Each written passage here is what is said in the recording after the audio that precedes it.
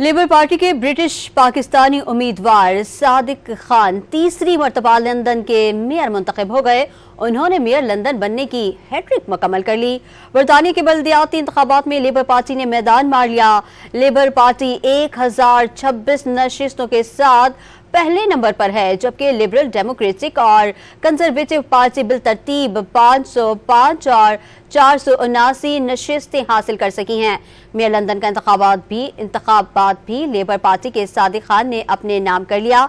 Mayor के इंतखाब के लिए लेबर पार्टी के सादिक खान और कंजर्वेटिव पार्टी के सूजन हॉल के दरमियान कड़ा मुकाबला था।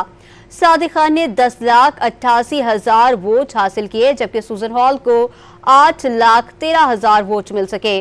बरतानवी वज़ीर आज़म ने लेबर पार्टी की जीत पर मायूसी का इजहार किया। कहा कि मुस्तकबिल में सियासी रहनुमा की हैसियत से काम पर तवज्जो जारी रखेंगे।